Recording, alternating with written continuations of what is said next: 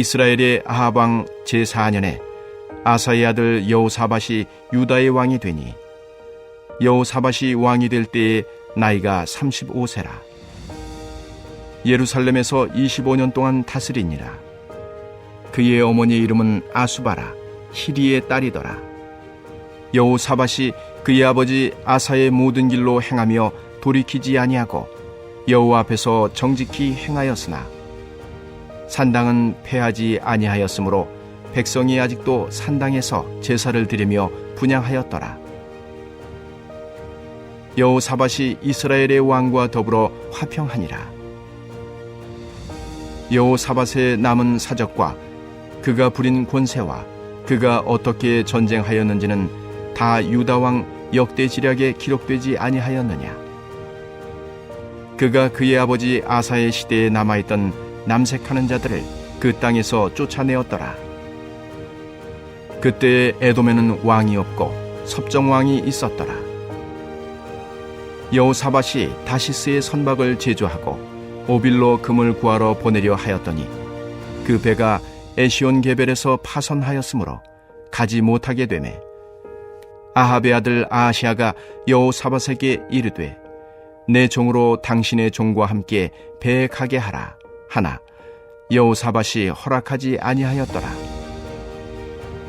여호사밧이 그의 조상들과 함께 자매 그의 조상 다윗성에 그의 조상들과 함께 장사되고 그의 아들 여호람이 대신하여 왕이 되니라.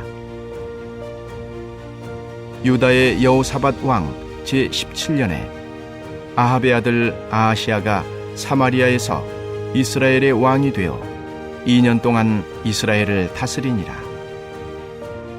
그가 여호와 앞에서 악을 행하여 그의 아버지의 길과 그의 어머니의 길과 이스라엘에게 범죄하게 한 느밧의 아들 여로보암의 길로 행하며 바알을 섬겨 그에게 예배하여 이스라엘의 하나님 여호와를 노하시게 하기를 그의 아버지의 온갖 행위같이 하였더라. 샬롬. 어느덧 5월의 마지막 날을 맞았습니다. 지난 한 달을 감사로 반추하고 선물로 열어주실 6월 한 달도 주님과 동행하며 허락된 삶의 자리마다 행복한 믿음의 여정 이어가시기를 거룩하신 주님의 이름으로 간절히 축복합니다. 오늘 함께 봉독한 본문은 열왕기상의 마지막 단락입니다. 열왕기상 하는 본래 이스라엘의 역사 가운데 행하신 하나님의 통치를 다룬 단 한 권의 책이었습니다. 그런데 편의상 상과 하로 나눈 것입니다. 열왕기상은 다윗의 통치 말년과 또 통치의 솔로몬의 황금기로부터 남북 왕국의 분열을 거쳐서 아합 왕의 죽음과 또 그의 아들 아하시아의 즉위에 이르기까지의 약 120여 년의 역사를 다루고 있습니다.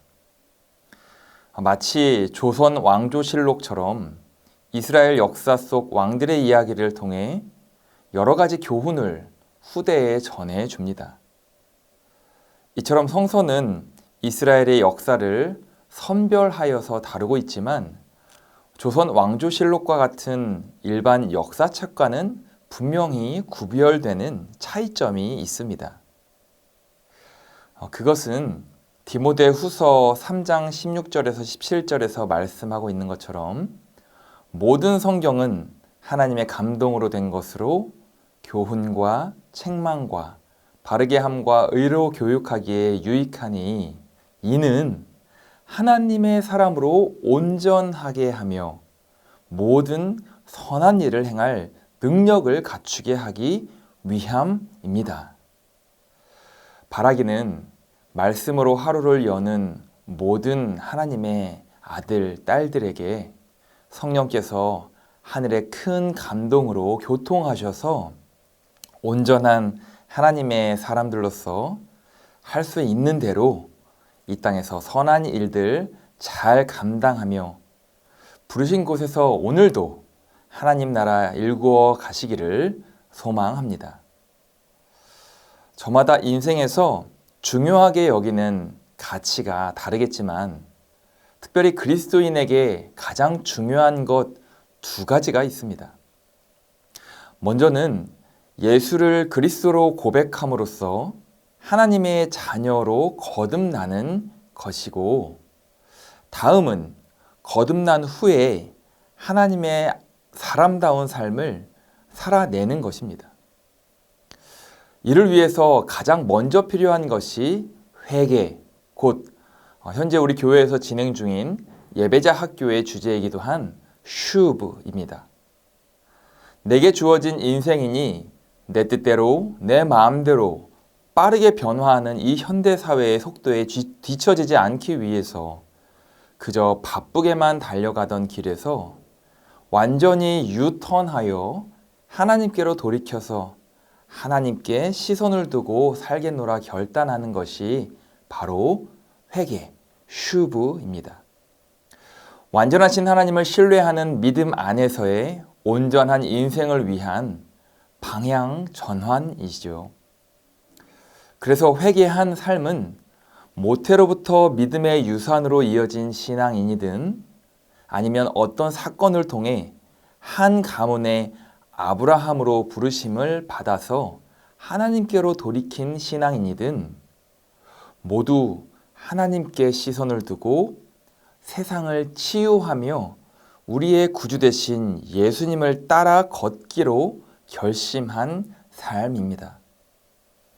그러나 회개의 삶을 결심하고서도 여전히 하나님을 등지고 세상과 버타며 걷는 삶도 있습니다. 그래서 하나님께로의 방향 전환 후에 지속적으로 필요한 것이 바로 영생을 위한 가지치기입니다. 인간은 유한하고 또 연약하고 죄악에 늘 노출되어서 언제든지 넘어질 수 있는 존재이기 때문입니다. 그러나 여러분, 로마서 8장 26절에서 말씀하고 있는 것처럼 성령께서도 우리의 연약함을 도우시나니 우리는 마땅히 기도할 바를 알지 못하나 오직 성령이 말할 수 없는 탄식으로 우리를 위하여 친히 간구하십니다. 그리고 주님 다시 오실 그날까지 일마다 때마다 성령께서 하늘의 지혜로 도우시고 또 하늘의 능력으로 다시 일으키시며 끝까지 성도를 하나님 품으로 견인해 가시는 것입니다. 여러분, 우리가 어떤 존재인지 다시 한번 그 정체성을 확인하고 다시 한번 확신하시기 바랍니다. 우리는 바로 이 놀랍고 또 신비로운 하늘의 은혜를 입은 하나님 나라의 상속자들입니다. 할렐루야! 오늘 본문에 등장하는 북이스라엘의 왕 아하시아는 온전한 하나님의 자녀로서의 삶을 위해서 슈브, 곧 인생의 방향 전환이 선행되어야 할 사람을 대표합니다. 그리고 남유다의 왕 여호사밧은 슈브 이후에 지속적인 영적 가지치기가 중요함을 알려주는 인물입니다. 아하시아는 북이스라엘의 악독한 왕이자 아버지였던 아합과 더 악독한 왕비이자 어머니였던 이세벨의 길을 그대로 답습합니다. 그는 슈브, 곧 하나님께로 방향 전환을 해야 했지만 그러나 끝까지 돌이키지 않았습니다. 결국 그는 예후의 손에 비참하게 죽임을 당합니다. 우리가 만약에 인생에서 길을 잘못 들었다면 아무리 뻥 뚫린 대로가 놓였어도 유턴을 해야 합니다. 제때 방향 전환을 해야 제 길로 돌아설 수 있는 것이죠. 회개는 하나님 나라를 맞이하고 또 누리면서 나아가 나누는 삶의 시작이기 때문입니다. 반면에 남유다의 왕이었던 여호사밧은 우상 숭배의 근간이었던 산당 문제를 완전히 해결하지는 못한 한계를 보이기도 했습니다. 그리고 북이스라엘의 아합과 이세벨의 딸이었던 아달랴를 며느리로 받아들이면서 혼인 동맹으로 다윗 가문이 끊어질 위기를 겪기도 했습니다. 그러나 금을 확보하기 위해 만든 배가 에시온게벨에서 파손한 이후에 북이스라엘의 그 아하시아 왕이 협력을 제안했지만 눈앞의 이익보다 하나님 앞에서의 정결을 선택하면서 다시금 여로보암의 길이 아닌 다윗의 길 위로 올라섰습니다. 이처럼 여호사밧은 죄악의 으르렁거림에 잠시 흔들리기도 했지만 슈브 이후에 영적 가지치기를 계속하면서 주님과 동행했던 인물을 대표합니다. 사랑하는 여러분, 오늘 나는 예수님을 통해 선포되고 또 성취되고 약속받은 영생, 곧 하나님 나라를 살기 위해 인생의 방향 전환이 필요한지 아니면 가지치기가 필요한지 코람데오, 하나님 앞에서 겸허히 물을 수 있어야 합니다.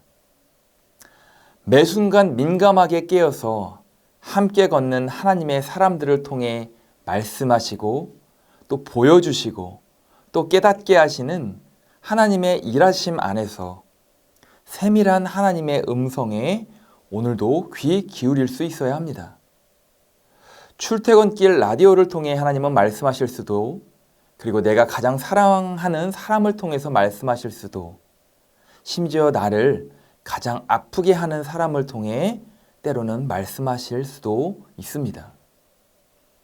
시작된 오늘 하루, 우리가 할 수 있는 대로 그저 너만을 가리키던 그 손가락을 접고 하나님 앞에서 나 자신을 바라보며 비록 더디더라도 지속적인 영적 가지치기를 통해 온전한 하나님의 자녀들로 무르익어 가시기를 우리 주님의 이름으로 간절히 축원합니다. 이 시간 함께 기도하겠습니다.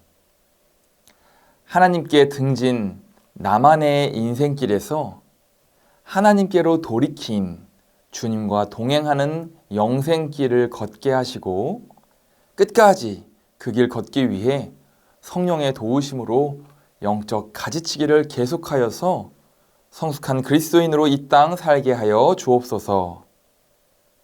두 번째 함께 기도할 제목은 안디옥 공동체가 건강한 그리스도의 몸이 되어서 전주와 이 대한민국과 나아가 세계 열방에 하나님 나라를 일구는 그 선한 일들을 잘 감당케 하옵소서. 시간 함께 기도하겠습니다.